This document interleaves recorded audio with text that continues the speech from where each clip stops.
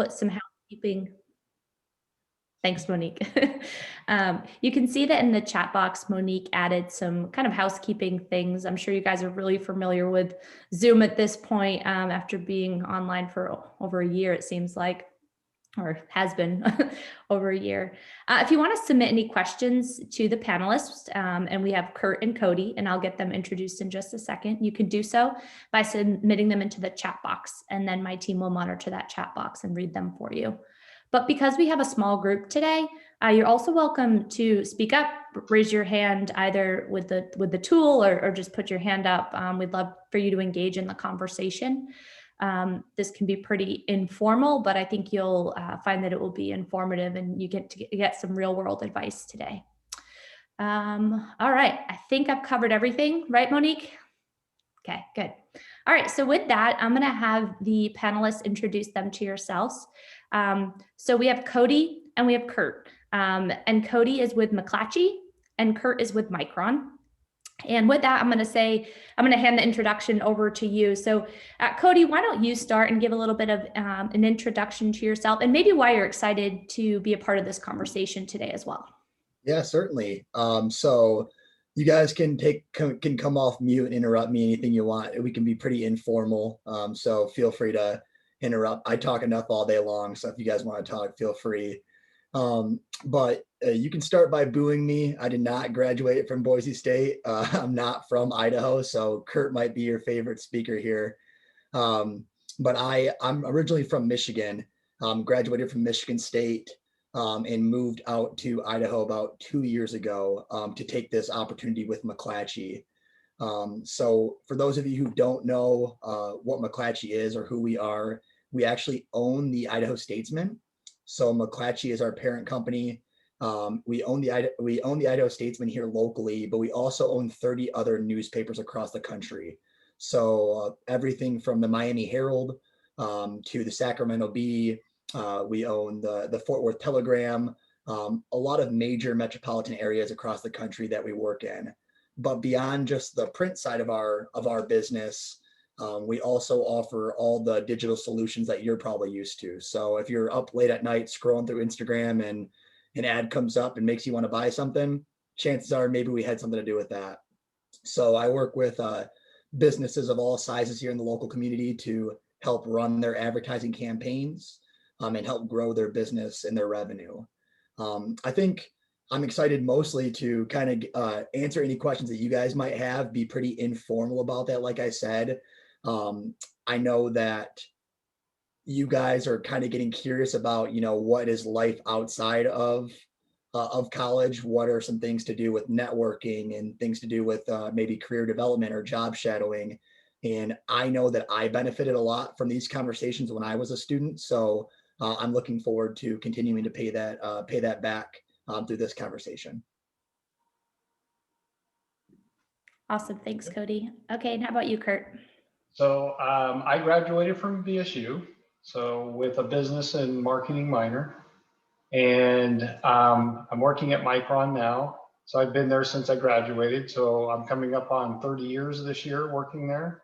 So it's been a fun journey, and I'm looking forward to whenever there's something related to BSU, I always want to participate however I can and be involved in. So it's fun to be on these kind of conversations. So, and then I work in purchasing, and I negotiate for with our suppliers for all the equipment that we make our chips with. So I manage the suppliers, do the negotiations. So it's kind of like buying a house, just millions of dollars for each thing you buy. So that's what I do all day. And I, like Cody, I'm on the phone talking all day long. So yeah. Usually by this time of the day, my throat's sore. So. Well, thank you both for those introductions. I look forward to this conversation. So with that, I'd really like to invite any of you students to either chat in a question or to, again, like I mentioned, just, take yourself off mute and ask a question. Someone's got to go first. Chi, I see that you've raised your hand. Go ahead and take yourself off mute. Yes, first of all, thank you, Cody and Kurt, for your time being here. Really appreciate that. So I'm Chi Nguyen. I'm currently a junior majoring in human resource management. And I have a question about job shadowing.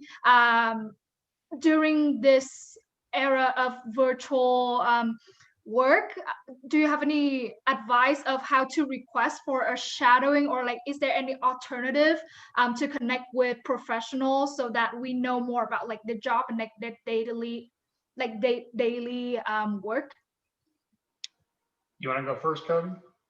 Sure, sure. Yeah, it is a little bit different nowadays when it comes to job shadowing, just in the virtual environment. You know, I I would encourage you to just continue to network. LinkedIn's a very powerful tool. I know that if someone reaches out to me on LinkedIn who happens to be, a student that is interested in, digital marketing, sales, or anything like that, 99 times out of 100, I'm going to get back to that individual and lend them some advice, whether it be an opportunity to jump on a call like this, an opportunity to become sort of a pen pal, and answer any questions that you might have about the business. In the past, and hopefully we get back to that point some way, shape, or form. I've always been open to job shadowing, and I think that's a super important question for you guys to be asking right now. I would encourage you to reach out to individuals at companies that you're interested in and just ask if you can have a little bit of their time. Kurt and I talk all day long. We're probably negotiating and doing sales and probably getting told no a lot. You guys probably won't hear no as much as we do. So I would encourage you to ask those questions and really try to figure out what it is that you like doing and pursue that. And really the important thing about job shadowing is finding out what you hate doing. If you can't be in a traditional 9-to-5 job, it's better to find it out now during a job shadowing process than it would be to find it out 6 months down the road when you're already working at that company and not liking it. So I would say, just in the virtual environment, to continue to use the tools that you have, like LinkedIn, email, things of that nature. And then hopefully when we get back to more in-person things, encourage you to kind of step foot into those organizations. And I know at Micron, I mean, I've done this over the years, done job shadowing myself, and Micron does a lot of that internally, and it works out very well because I've looked for other positions that maybe I'd be interested in, and some things I find out, no, I'm not really interested in those. So, and kind of, because right now, again, I'm actually looking for a different position even within Micron, potentially. So right now it's made it tougher because of everyone working from home. And so it's hard. There's, at Micron, there are some people out on site. I'm one of them. Today I'm working from home because I'm doing this. So I thought it'd be a little better to do it from home than at work with others around me. But so it does make it a little tougher, but I think Cody had a lot of good ideas, LinkedIn, different things, just reach out. So, excuse me, I had a really quick question kind of connected to that. I know there's another question in the chat box that's kind of related to majors, but many, if not most, of the students that are on this call are enrolled in a business communications class. And so do you have any kind of recommendations and tips, kind of like do's and don'ts, when actually doing that outreach, to actually, maybe message somebody on LinkedIn and so forth? Any recommendations for what you've seen, or kind of like wow, I wish they wouldn't ask it that way, or does it make sense? Like, Sure. Can you talk a little bit about some recommendations as professionals that you have seen, as far as what's a good thing to do when you're reaching out and by email, by message, via LinkedIn, so forth, as some best practices, if you will? Sure. Kurt, you want to go first on this one, or do you want me to take it?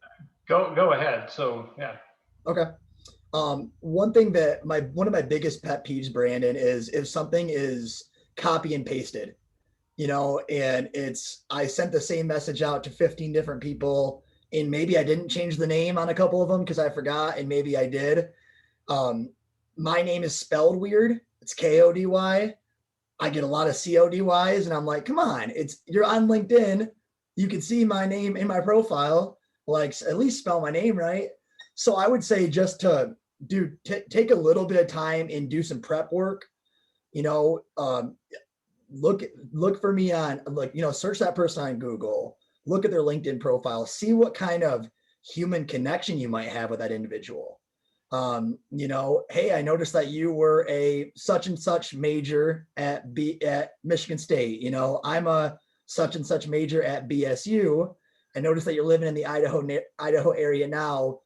Can I have, 15 minutes of your time to get to know you a little bit more? That is a little bit more appealing to me because there's like instant connection there. We both have similar majors. You've taken some time to kind of do that homework, if you will, and kind of personalize the message a little bit to me. That would be my one kind of, I guess, slogan here would be to do the prep work, because copy and pasting just isn't going to get it done. And, and with that, if you're just sending out 15 messages, are you really interested in that individual? I would say, like this group, and like Laura said, I would say, let's go with quality over quantity. Really get to maybe 5 to 8 people or 5 to 8 companies that you're really interested in, and let's start with those first, and then kind of go from there. Yeah, I would definitely say more customize it, and if it looks like spam, you're probably not going to get as many responses. So Thank you. All right, we have a question in the chat box here from Callan. What type of business degree do you see as having the most opportunities in the future? Oh, this is a good question. HR, MBA, SCM. And this kind of pairs with it, so I'll go over this one as well. Alongside this question, what minors do you think might be helpful? that's a good question. It is a good question. Me not being in HR, I'm not sure. I mean, just at Micron, obviously, engineering, software. There's. So I don't know, Cody. What do you see? So I'm going to be super candid with my answer. I don't think there is a right answer to this question. And this might go against my, I might be speaking bad against academia or anything of that, but really, I care about the person. Whenever I interview somebody, I want to know if you can hold a conversation, if you are qualified for the position that you're looking at. I don't necessarily care what degree that you have or anything of that nature. I want to know that your degree says to me that, hey, I'm disciplined, and hey, I can complete something that I put my mind to, and it's going to educate you and make you more well-rounded. But I do think that I don't think there's necessarily an answer to that. I think it's becoming that more well-rounded person, being not afraid to kind of do some things that maybe you're not good at, and kind of understand those things. I don't think there's necessarily a degree, in my opinion, that sets you above another degree. When it comes to the business realm, I have a degree in advertising and sales. And I feel like those are at Michigan State, those are probably degrees where you're like, you know what, pretty easy classes, I'll get by, but really, I think that if it's really more focused on the individual person necessarily than the degree behind you. Obviously, you have to be qualified to do the position that you're applying for, but it's going to be that individual work. Yeah, I would definitely say that, Cody. It's your work ethic and your personality, and that and your are you a go-getter and take the initiative and those kind of things. That's what'll carry you. Because I've seen so many people out at work, and they might have these highfalutin degrees from these big schools, but they just don't have the work ethic, and they don't put the time in and effort, and they just don't do as well as some others that don't even have a degree. Yep. So I've seen other people at work, they've gone all the way to the top. And it's just the person. Yeah, I think those are great. Oh, go ahead, Brandon. May I just add to that? Sure. If this is helpful to you, Callan, as well, what you're hearing is spot on. And if you want to kind of compare, are there any degrees that you have to have for a specific type of work? Really, generally speaking, I think if there is maybe specific certification or tests, licenses that are aligned with that. So in business, like in the business school, you're likely going to have to get an accounting degree in order to certify as a public accountant. In education, you're going to have to get an education degree to be licensed as a teacher, in healthcare, right, and in engineering. So if there's a pretty strong correlation between licensure and certificates, that's where you'll probably see very little deviation between what degrees people get. But as Kurt and Cody mentioned, more often than not, in so many aspects of business, the degree is less important as it is the person and what they bring to the table and their potential. Does that help? Does that make sense? It does, Brandon, and yeah, spot on. I was going to make the same comments. And yesterday we hosted 2 panel discussions, and all the other panelists had very similar responses to that question. And sometimes it's fun to, learn about an individual's, undergrad major and how unrelated it is to what they're doing. So yeah. Good question, though. I was going to add to, sorry. I was going to add to, going back to Kaylin's question about, she had asked what degrees may have the most opportunities in the future, as like an exercise in that, and a demonstration of what we're talking about.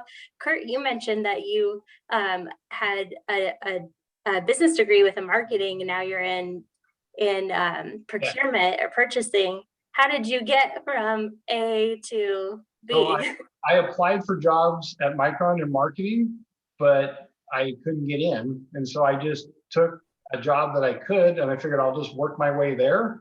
But I ended up working my way up through procurement.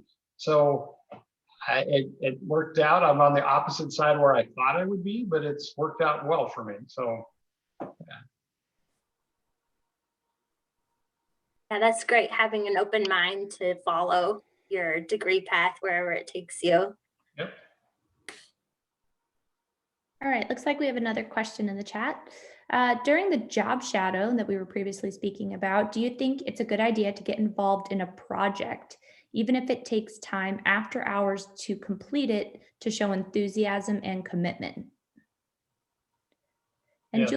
Julie, if you want to explain a little bit more about what you might mean or give an example, you're welcome to take yourself off mute. Hello. Hi. Hi, Kurt. I work at Micron too. I've been there for a few years. And so let's say close to earning my degree, I will start to job shadow within the company. And because I know the systems and I know lots of departments and I know lots of contacts, is it recommended to get involved in a project within that job shadow? Just to show more commitment, enthusiasm that I'm really interested in this and I can be great at it and I can be successful at it. So they will consider me like an asset for that position. Yeah, definitely. I can't see where it won't help you, because you'll get to know those people. They'll get to know you. They'll get to see what you can do. So I would definitely encourage you to do that. Okay, thank you.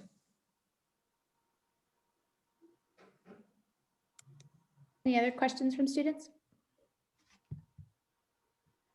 No. I'll ask a question. Awesome. My name is Tegan, by the way. But I just going off of what you said a little bit earlier about like showing like your personality and stuff, kind of not just your work ethic. Obviously, if you're turning in like a cover letter or a resume or something, that it kind of shows that you have work ethic through like your whatever you write on there, maybe your skills and stuff. So especially now with everything being like online, and you're not really face to face with people, how could you show your personality and showing that you're good working with people without actually having like a face to face meeting with them, if that makes sense? Yeah, it makes a lot of sense, you know, and it's tough in our line of work, you know, a lot of ours is sales related. And a lot of our individuals that we reach out to, you know, we have to differentiate ourselves in some capacity. They get a lot of phone calls and things of that nature. One thing that we've done recently is we've incorporated a lot of video in our outreach, where we will record ourselves or maybe record a demo of one of the tools that we offer to businesses, and we'll use that as kind of our first initial outreach, if you will, to that business. So we can kind of walk them through and present some value to them up front, in hopes of earning some of their time after that initial contact. So I think, you know, there's a lot of different ways nowadays, probably more than I even know, to differentiate yourselves and be creative in some capacity, you know, using, whether it be video, you know, audio, whether it be, I think in your cover letter, there's different ways to kind of make that stand out too. But I would anything that you can kind of do to be creative when it comes to that kind of stuff and show your personality, I think would go a long way. Okay, thank you.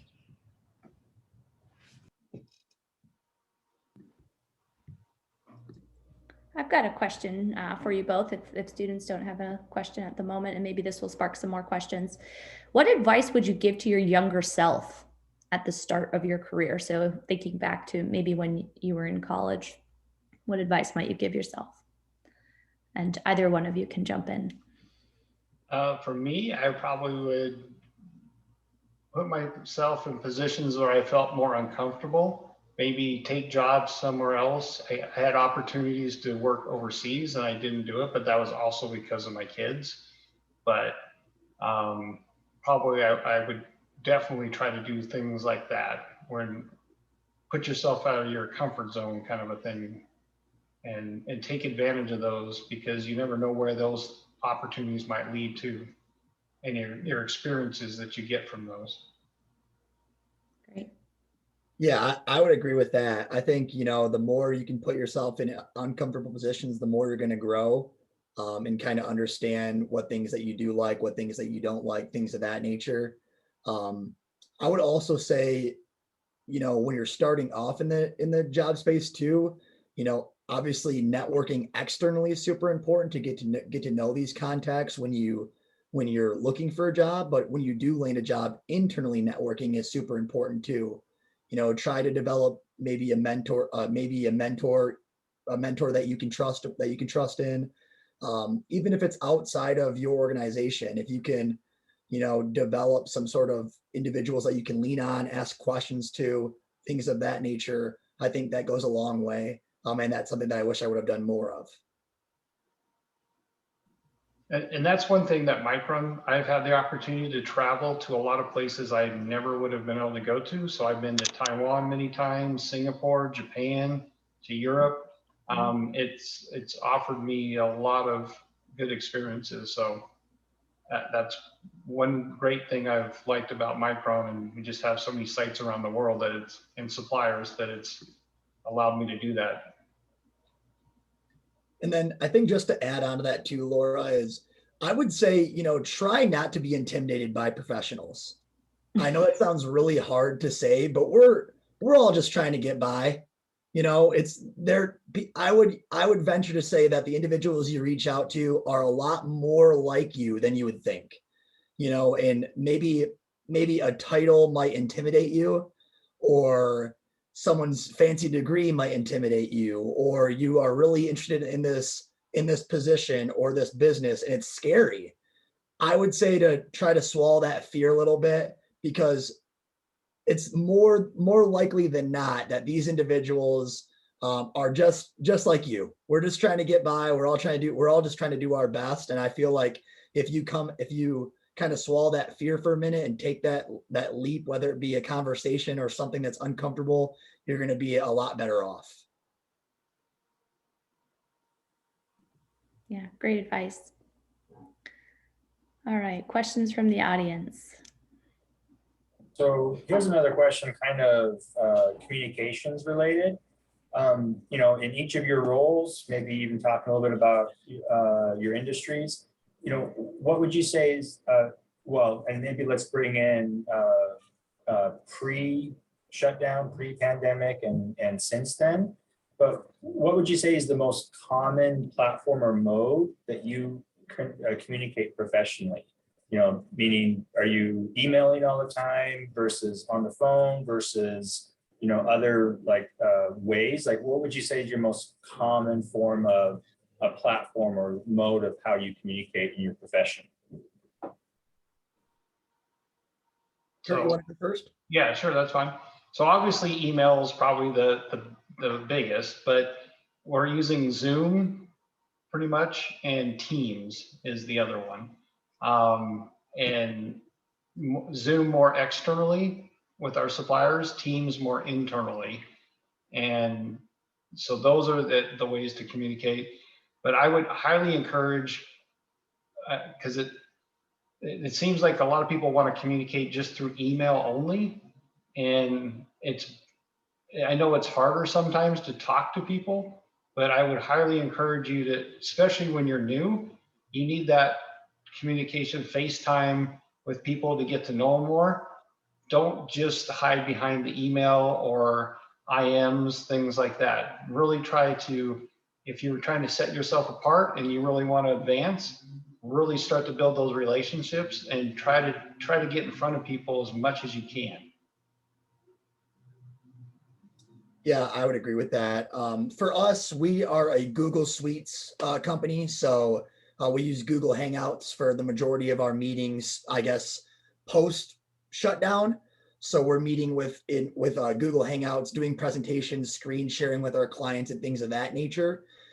Internally, we use the Google Chat function to communicate internally. And then with a lot of our clients, it's email. Pre-shutdown, our roles were primarily outside sales. So we were meeting with our clients face to face, which I miss. I'm like a golden retriever. I'll go talk to anybody and say, hey, and I like being out and meeting people. But to Kurt's point, you know, I would encourage you, even though it's kind of this virtual environment now, to have conversations like this, be in front of a camera, get a chance to see somebody, you know, kind of engage with that body language if you can, because it goes a long way in connecting. So would you say that like Zoom's probably like the next best thing to being, besides being in person, to forming relationships over Zoom that way? Yeah, definitely. I mean, we're having to do it because, I mean, we can't have suppliers on site. We can't interact because of COVID. So Zoom is the next best thing you can do. And that's what we're doing. So. Yeah, and I think anything like that, Tegan, like Zoom, Google Hangouts, any of these video kind of functionalities, that's another thing that you can set yourself apart as. You know, you guys are probably the pros when it comes to this. You got all your classes on Zoom. You guys are presenting. You're doing this and that. And frankly, you're probably better than Kurt and I when it comes to this type of technology. So wear that as a badge of honor. It's something that you can bring to an organization. You know, if I'm you guys, I'm becoming the best at Microsoft Teams or Google Suites or whatever kind of virtual tools that are out there, because it's something that frankly you're going to need here in the future and moving forward. So something to differentiate yourself. Okay, perfect. Yeah, because I feel like I'm definitely more of like a face-to-face person. I feel like I do better talking to people and making relationships that way. So Me too. I missed the whole interaction. So. Yeah, I think we all do, but that was a great question and some good feedback. We have a question in the chat here. What exactly did you do in college, and at what point did you put yourself in a good place to obtain a job post-college? The student, Darby, is currently a freshman and is not sure where to start. Internships, job shadowing, maybe preparing a resume. What can they do, and kind of what might the steps be? So I would highly recommend, one thing I didn't do, and I regret that I didn't do, is an intern. if you can do that, definitely. My daughter is going to Portland State University right now, and she's in her last year. And that's one thing I'm really highly encouraging her to do. And she's trying, right? It's really hard right now because of COVID, and a lot of places are scaling back and they aren't doing it, but I would definitely do that. Yeah, I mean, I don't think it's ever too early to start doing things like that. Start attending things like this, start asking questions, start building that network, start looking at internships. If I'm being honest, I probably started way too late, but that's for other reasons. But I think, I don't think it ever hurts to start having those conversations right now, because the more internships you can have, again, you're getting down to, hey, what do I like? What don't I like? And it's going to you're going to have more opportunities when you do get in the job market. And then another thing I would add on top of that is to get involved, at BSU in different organizations that you might be interested in. I'm sure Kobe has a ton of different things that you can do on an organizational level to meet people who are like-minded and then kind of grow your network there. I'm also going to chime in and give you my response. Something I regret doing, and I promise I'm not just saying that or this, is that I did not meet with a career coach when I was in my undergrad degree, and I really wish I had. And of course, it's easy for me to say that now, being the director of career services, but we have a really awesome team who's dedicated to our students and really want to see you succeed. And we work with you on resumes, cover letters, LinkedIn, finding internships. We have a whole board dedicated to business internships. So I see that Brandon just put our contact information into that chat. So please reach out to us. And Darby, that's a really great question. And honestly, attending this panel as a freshman is awesome. Like this is definitely a right step in the right direction. Thanks. Thank you. Anybody else have any questions? Sorry, I have another question. If no yeah, please. Also, I went to Portland State last year. Oh, just throwing that out there. But I am trying to go to law school after this, and so do you think that like doing internships for that now would be beneficial, or do you think waiting until after, like once I get into law school? I don't know. I just don't want to be like wasting my time if I end up not wanting to do that, or I don't know. My daughter's trying to do that right now, just so she can learn what in law she wants to do. So I would highly encourage you to do that, so you can start figuring out what you want to do. If you don't already know, you might already know where you want to go, but at least you could then get some experience and then also see if that's really what you want to do. Yeah, ditto. You're going to have to find it out one way or the other. So might as well find it out earlier rather than later, right? Yeah, that's true. Yeah, I'll chime in too on this because I've worked with pre-law students in the past. Even if you find opportunities that are law adjacent, because a lot of companies have, like Micron and McClatchy have legal departments. And if you get in there and then once you're in an opportunity and ask like, hey, can I talk to your legal team about like their path to law school? That's gold too, to get in and do that.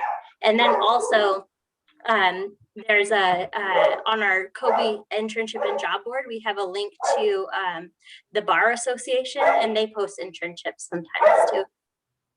Okay, that's good to hear, just because I know you just need a 4-year degree to go to law school, so I kind of just picked business because it was the most like general, and so I just didn't know if I could really use it for anything with law, but that makes me feel better to know that there's connections there that I can actually still use the degree for something besides just going to law school. So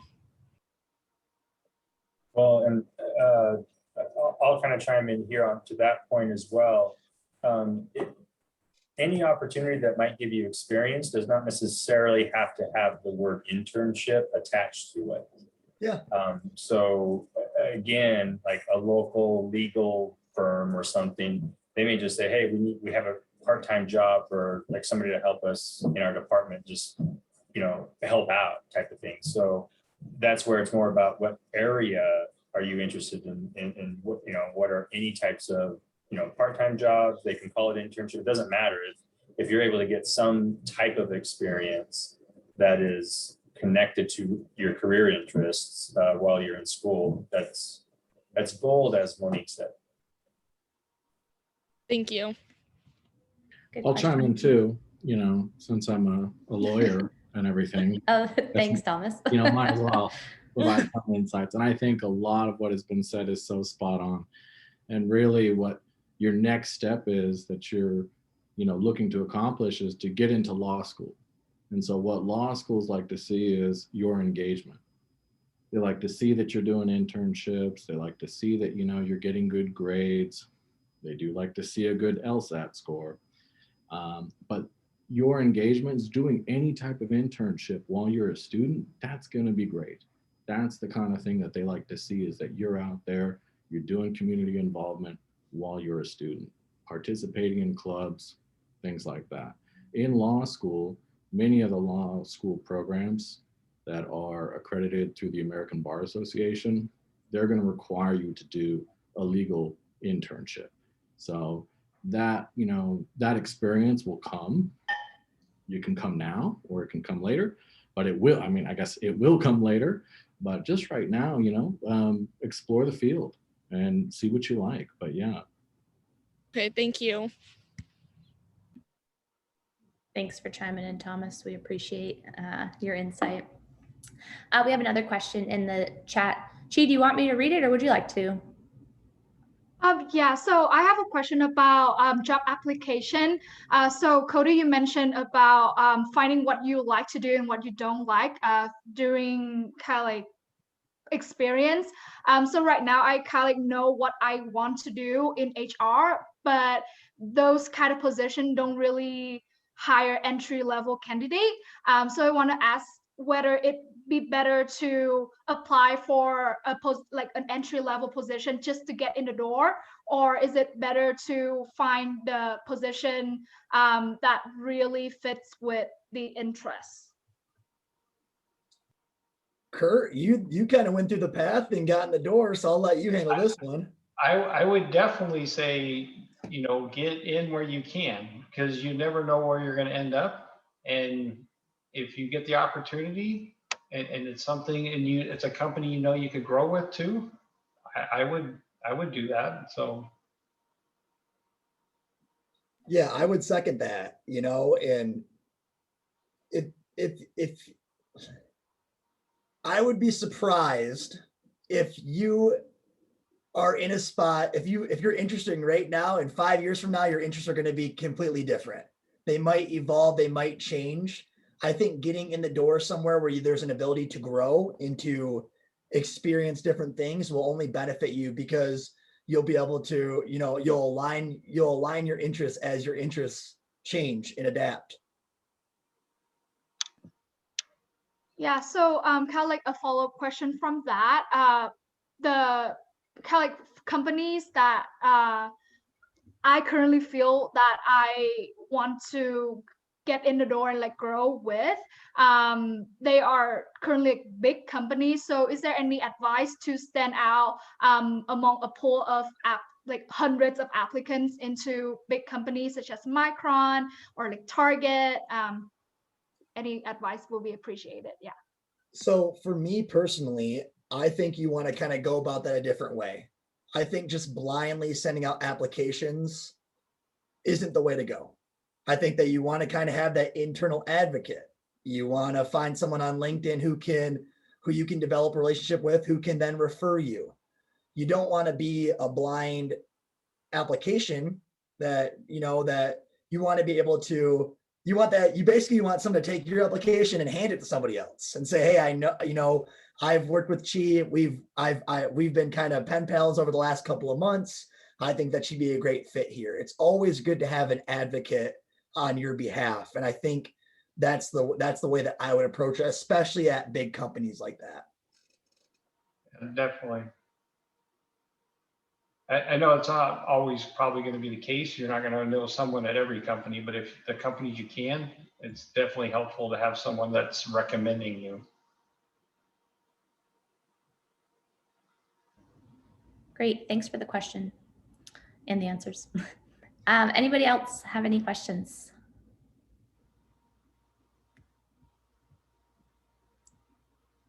No? Okay, I So can. Laura, was there any other go questions ahead. that came up like yesterday? Yeah, I was thinking through that, and there was one, and it was around setting yourself apart from other candidates. You know, it's competitive to get an internship. So often in interviews, you have to set yourself apart. And how might you suggest you do that?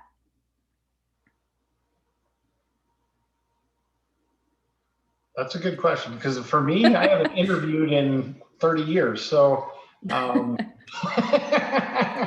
so for me, it'd be a different, I mean, everything's so different now than when I first applied. So, okay. I don't know, Cody, you're younger than me. So, you know, you're closer to their age group than me. So, I think, you know, I hate to beat a dead horse and kind of just keep repeating myself, but I do think that if you do a little bit of internal homework before you apply, even the simple stuff is making sure that your resume is polished. You know, having your resume stand out a little bit compared to just a Word document with writing on it. You know, add a picture, add some color to it, make it look a little bit different. I have people apply for our positions quite often, and if they have a good looking resume, I'm more apt to view it. You know, if they have a resume that's just their name on a Word document, and that, I mean, doesn't stand out as much. So it comes, you know, little things like that make a big difference.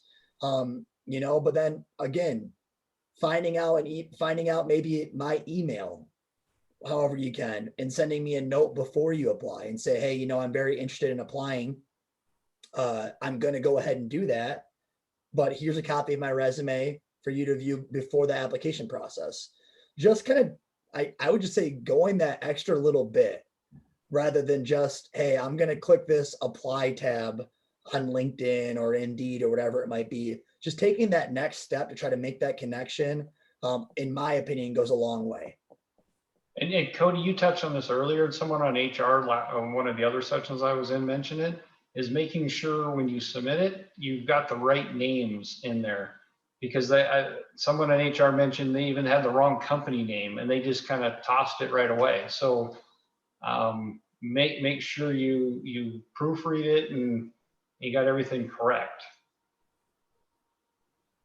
Someone like on yesterday's meeting said too something about in resumes is like when they have like a skills section that they would prefer you not to just list your skills but to say how you're actually implementing those in your everyday life. So instead of saying I have leadership, then to say how you're using your leadership skills. So would you say that probably would set someone apart as well? Definitely. Yeah. I can say I'm a rocket scientist, but you know, if I don't, am I? You guys don't know that. How am I demonstrating that I'm a rocket scientist?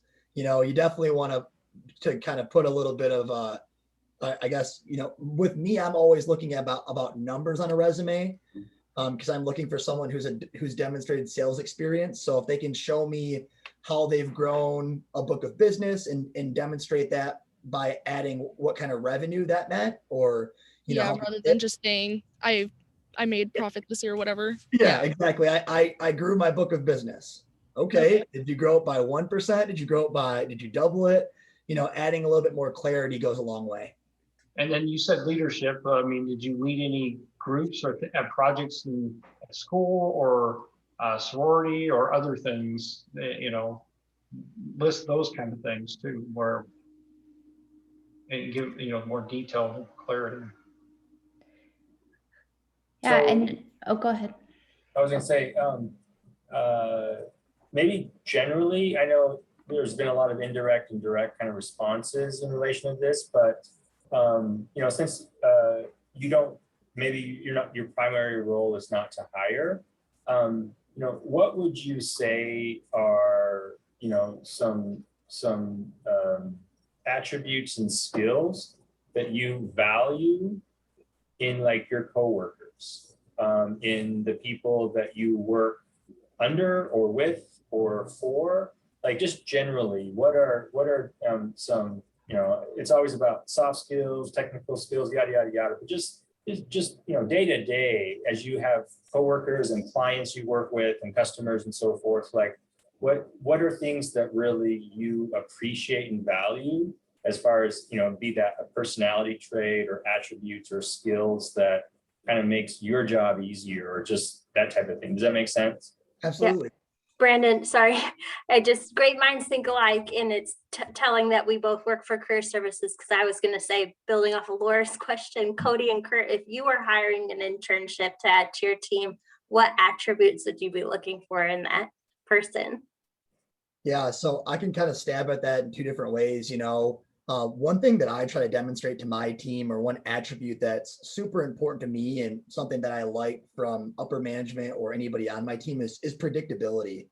I don't want someone who's going to get too high off a big win or too low off a big loss, or be very emotional one day and work really hard on Tuesday, and then come in and kind of kick back on Wednesday.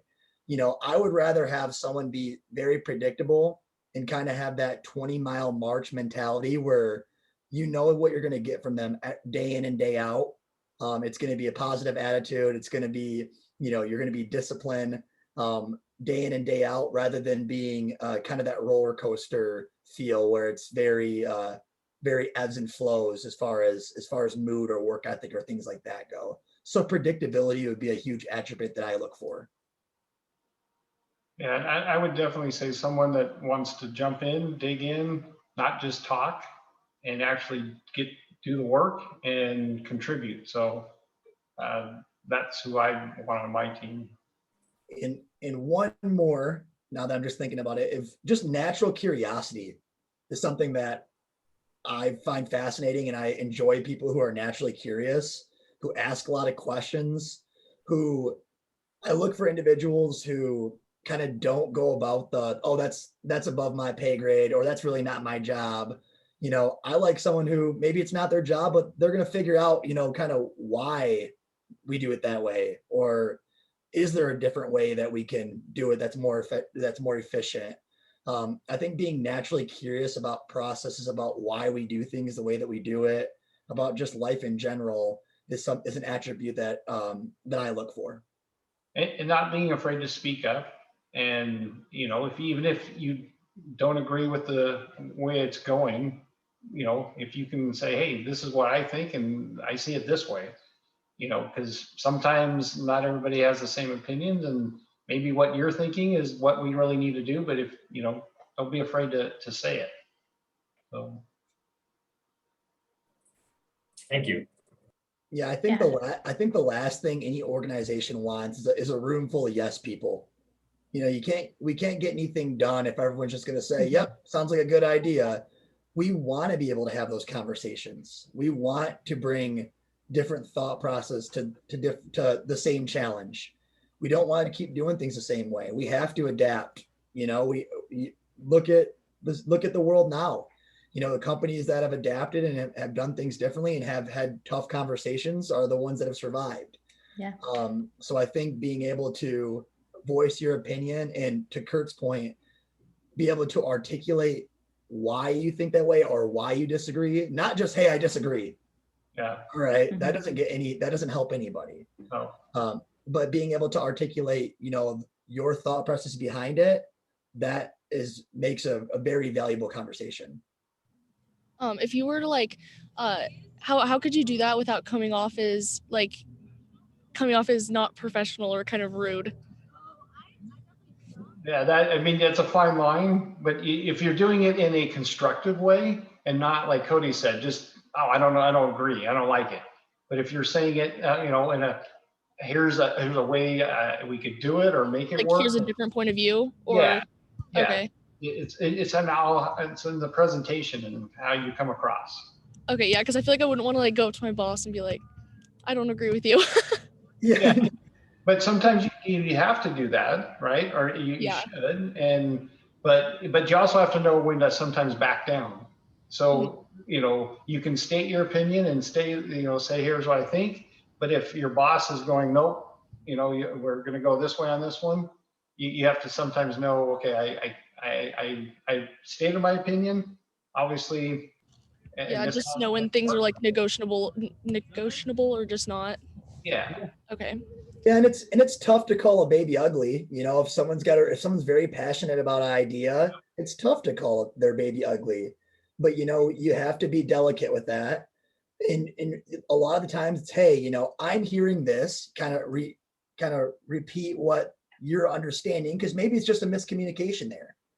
I'm hearing this, and then what about this way? Or what if we did it this way? Or what's your opinion on this? Okay. A couple of different ways. Sometimes I feel like I tend to come off as like very straightforward. So sometimes I just like to know a different way to like bring something up without like straight up just asking or telling someone. Sure. And again, it's adjusting to the person you're talking to, because some people like that. I like people that are very straightforward, but not everybody does. So sometimes you have to adjust your approach depending on the person you're interacting with. Yeah, great advice. We have a few questions in the chat box, so I'm going to get to those because it looks like we have about 10 minutes left. One question that, somewhat related to the topic we were just on about professionalism is, how many rejection letters have you received in relation to acceptance on job applications? How common are no's when applying for jobs with a degree? Did I get that right, Cade? Yep. Yeah, that's exactly what I was asking. I hear no all the time, especially in my line of work. When it comes to the job application process, certainly you're going to get turned down. I don't necessarily know if there's necessarily a figure on, how many no's to expect or anything like that I can give you. What I can say is, how are we going to use those no's? Is it, no, I didn't get this job. Okay, sounds good. I'll go on to the next one. What I would encourage you to do, if you are seeing no's just throughout life, is ask for feedback.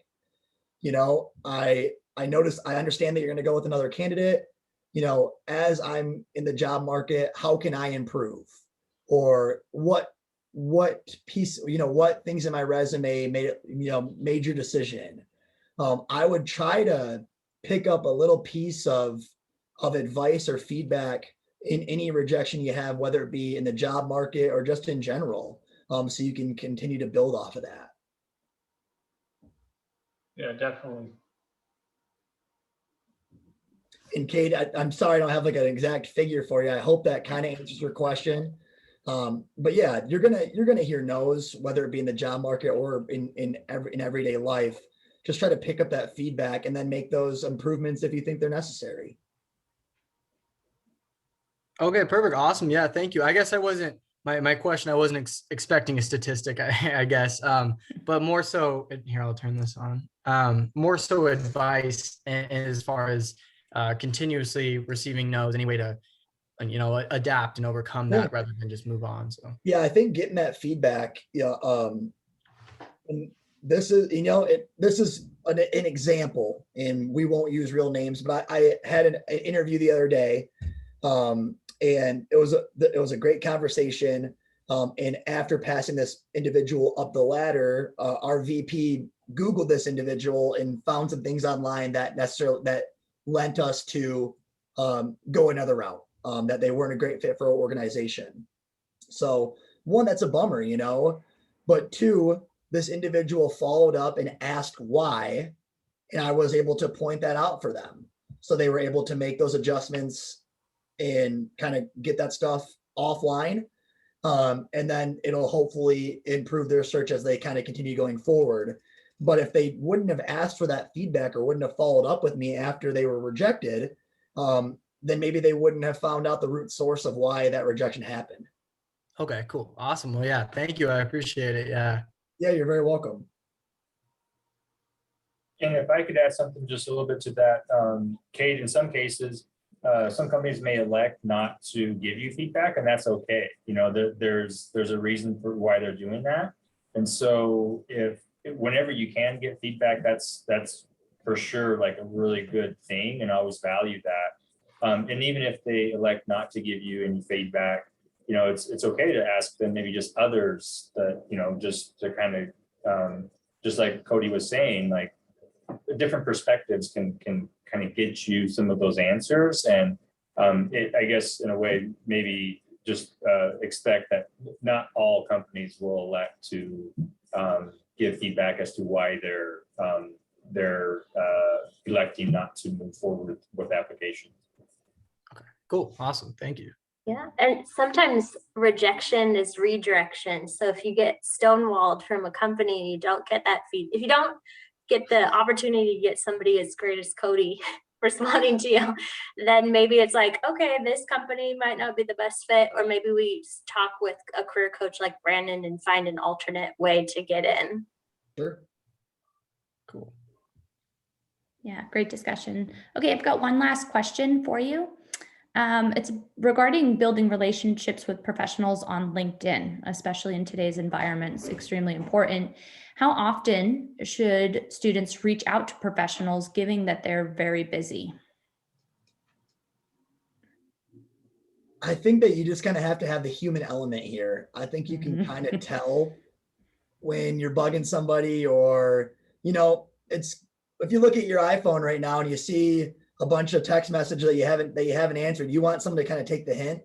Sometimes you just got to take the hint, you know, but I would say that I would encourage you to at least, you know, if you haven't heard back, you know, in a couple of days, maybe send a follow-up and say, you know, I know, I understand that you're busy, but I wouldn't necessarily continuously follow up without a reply. You know, you have to use your best kind of judgment there.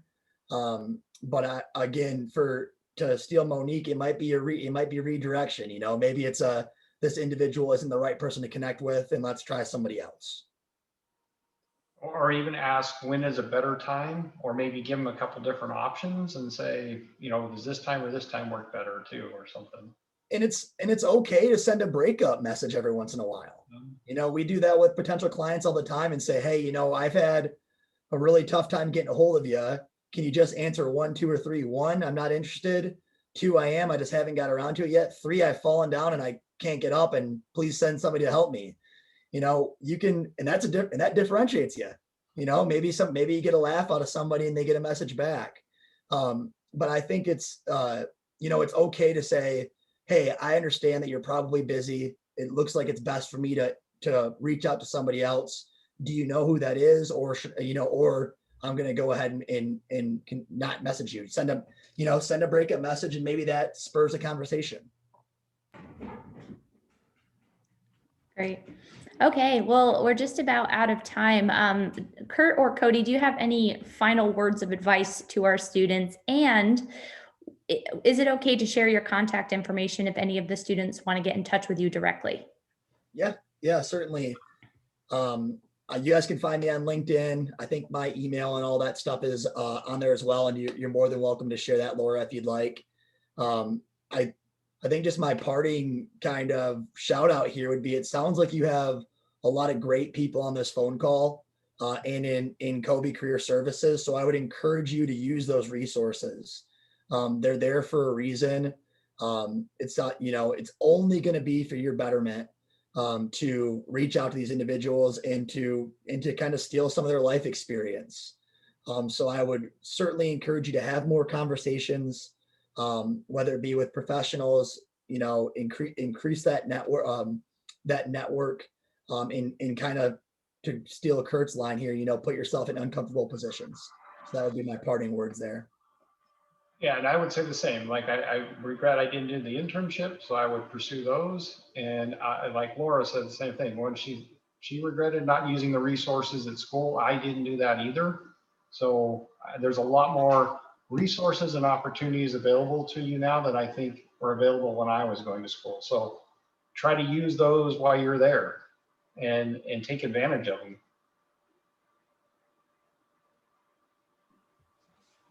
Great. And Kurt, are they okay with reaching out to you if they want to connect with you? Okay, great. Well, thank you all so much for joining us today. I think this was a pretty good conversation. It has been recorded, so if might be distributed to you at the end. Is that the plan, Monique? Okay, yeah, Monique will get this out to you. Thomas, if you want to share it with some of your other students, that'd be great. So with that, we are done for today. Cody and Kurt, thanks so much. That was a really good conversation. We enjoyed listening to you today. You're Thanks welcome. so much, guys. Thank Thank you. you. Good luck to Bye-bye. all of you. So.